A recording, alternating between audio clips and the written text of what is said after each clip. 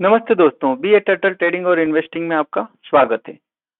आज का स्टॉक है खादिम इंडिया लिमिटेड। खादिम इंडिया लिमिटेड करंटली 296.25 की प्राइस पे ट्रेड कर रहा है और जो आज परसेंटेज रिटर्न दिए हैं उसमें 7.3 परसेंटेज रिटर्न दी। और देखते हैं इसके फंडामेंटल्स और टेक्निकल एनालिसिस क्या कहता है, कहाँ तक जा सकता है और कहाँ हमारा इसमें सपोर्ट हो सकता है।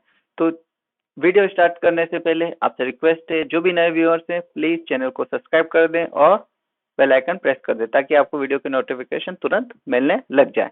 तो चलिए हम देखते हैं खादिम इंडिया लिमिटेड के financial.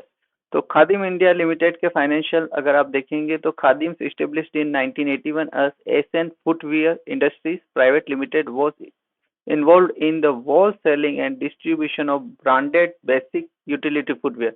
From 1993, it forayed into retail and emerged as a popular fashion footwear brand. अब इसका अगर मार्केट कैप की बात करें तो 531 करोड़ का है। स्टॉक का पी थोड़ा ज्यादा है 33.6, लेकिन स्टॉक अभी पॉजिटिव ट्रेंड में है। आरओसी अगर आप देखेंगे तो 10.4% के साथ पॉजिटिव बना हुआ है। आरओसी 5 ईयर के लिए भी देखेंगे तो 5.55 के साथ पॉजिटिव है।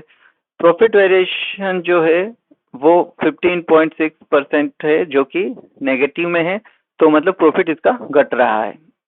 बुक वैल्यू 125 है और करंट प्राइस 295 है, तो बुक वैल्यू के डबल पे ट्रेड कर रही है। रिटर्न ऑन इक्विटी भी अच्छा है। इंटरेस्ट कवरेज 2 से कम है, मतलब खराब है, मतलब थोड़ा खराब है, नेगेटिव नहीं है, तो वो भी बहुत अच्छी बात है। फ्री कैश फ्लो भी 122 करोड़ है।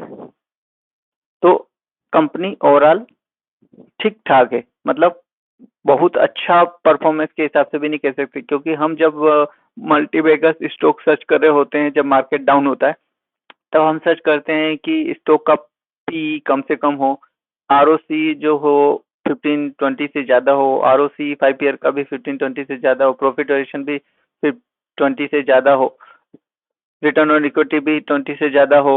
इस तरह से हम स्टॉक को सेलेक्ट करते हैं जो काफी पॉजिटिव हो और वैल्यूएशन काफी डाउन हो तब।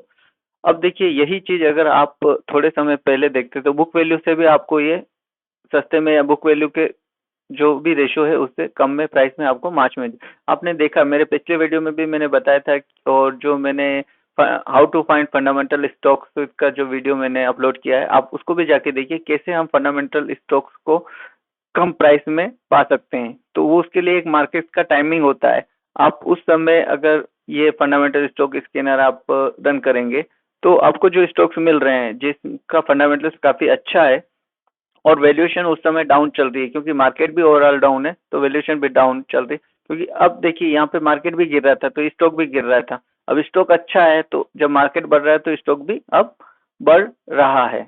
तो जब कम वैल्यूएशन पे तभी मिल सकेगा। अभी मार्केट ऑलरेडी टॉप पे है। आज अगर हम स्टॉक खरीदते हैं, अगर मार्केट यहाँ से रिवर्स हो जाता है सपोज करिए, तो स्टॉक्स भी तो मैक्सिमम स्टॉक्स आपके रिवर्स हो जाएंगे। तो स्टॉक्स को सर्च करने का तरीका, अभी आप जब मार्केट टॉप पे है तो आप अगर बाइंग कर रहे हैं तो शॉर्ट टर्म के लिए, या आप सोच सकते हैं कि ब्रेकआउट जो आपका नियरेस्ट टारगेट है वहां टारगेट तक, या अपना स्टॉप लॉस को ट्रेल करते करते करते आप मैक्सिमम टारगेट उसमें ले सकते हैं। यही चीज आप फॉलो कर सकते हैं। तो चलिए हम इसका आगे हम देखते हैं प्रोज और कॉन्स की बात करें तो कॉन्स में इसके डेप्टर्स डे इंक्रीज हुए हैं। कंपनी है low return on equity, equity return पे बहुत कम है। और अगर आप बात करेंगे तो दो द कंपनी है रिपोर्टिंग प्रॉफिट्स रिपोर्ट कर रही है लेकिन डिविडेंड पे नहीं कर रही है, और लो इंटरेस्ट कवरेज रेशियो है जैसा कि हमने मेंशन बताया भी था।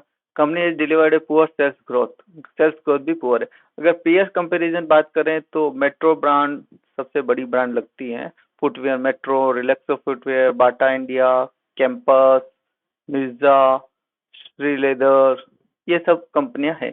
और अगर पी की बात करें तो आपको इसमें से काफी कंपनियां जैसे कि मिर्जा इंटरनेशन, उसका पी इससे भी कम है, और श्री लेदर्स का भी पी इससे भी कम है।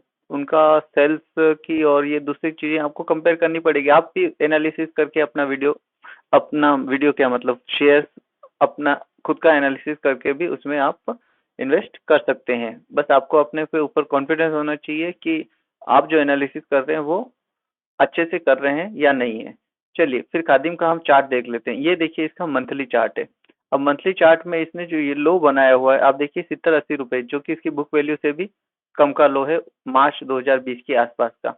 अब ये जब लिस्ट हुई थी 2017 में, तब इसकी प्राइस थी 730 रुपए, और उसने तब ये हाई बनाया था, आप देख सकते हैं यहाँ पे 683 रुपए का। तो ये हमारे लिए अभी, अगर ये कभी अप जाती है तो हमारे लिए रेजिस्टेंस होगा, लेकिन उससे भी बड़ा रेजिस्टेंस हमारे पास जो पास में ही है, ये देखिए ये वाला 351 वाला।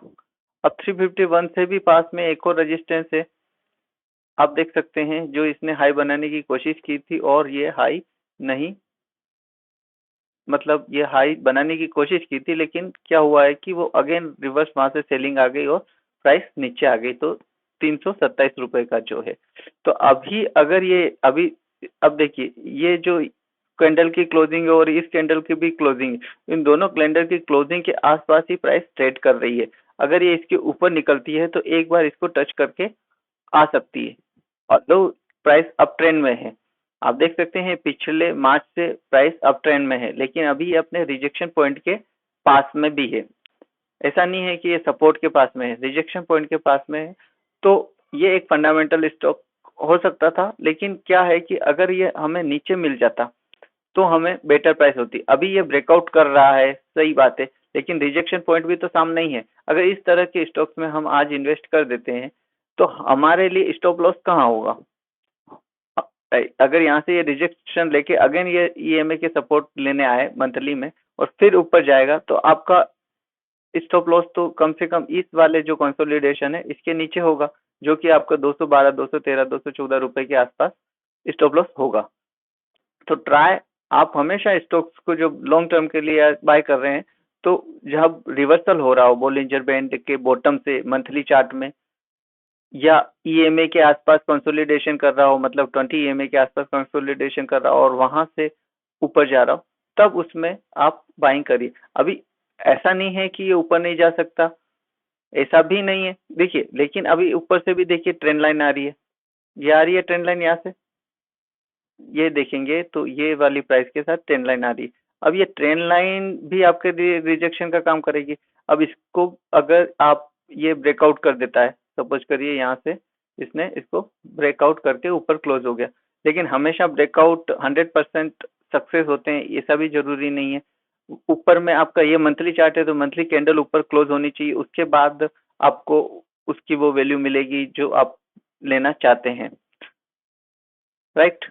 चलिए, इसमें हमने एक बात तो हमें नोटिस कर दी कि हमारा अभी जो रिजेक्शन है, जो रिजेक्शन पॉइंट है, वो या तो ये हमारा पॉइंट है जो 306 के आसपास में है, और या तो दूसरा 328 के आसपास में ये जाके रिवर्स हो सकता है। अगर ये इन दोनों लेवल के ऊपर, और ये जो मेन रिजेक्शन जो फिर इसका 351 के आसपास ऊपर में सस्टेन करता है, ऊपर में सस्टेन करता है, तब इसमें एक तरह का फुल ब्रेकआउट, क्योंकि ये जो एक रेंज है ये भी एक साइडवे रेंज ही रहने वाली, क्योंकि काफी सारे सेलर्स होंगे यहाँ पे, और काफी, अगर बाइंग का प्रेशर है तो काफी सारे बायर्स भी होंगे। लेकिन जब यहाँ पे ऊपर में आके एक बार सस्टेन कर जाएगी, तो फिर इसके लिए ऊपर के टारगेट ओपन हो जाएंगे, जो कि आपके कम से कम ऊपर के टारगेट आपके ये होंगे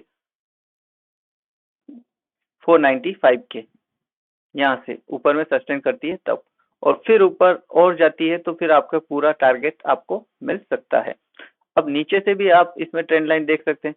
तो खरीदारी हमेशा ब्रेकआउट पे करें ऐसा नहीं है, खरीदारी हमको ऐसी जगह पे करनी चाहिए जहां से हम नीचे में हम देख सके कि हाँ मेरा स्टॉप लॉस थोड़ा छोटा रख सकता हूं मैं, क्योंकि यहाँ से अगर नीचे गया तो ये खराब हो जाएगा।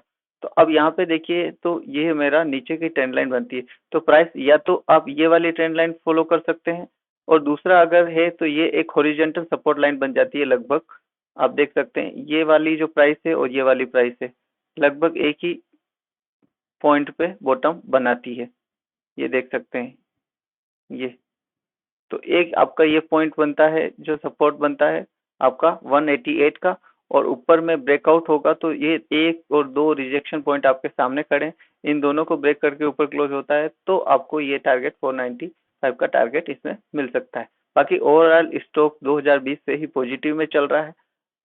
जब प्राइस डाउन हो या नीचे की तरफ सपोर्ट ले रहा हो ईएमए के पास, तब इसमें इन्वेस्ट किया जा सकता है। अभी अगर हम वीकली चार्ट देखते हैं तो वीकली चार्ट में अगर आपने देखा होगा, देख सकते हैं वीकली चार्ट।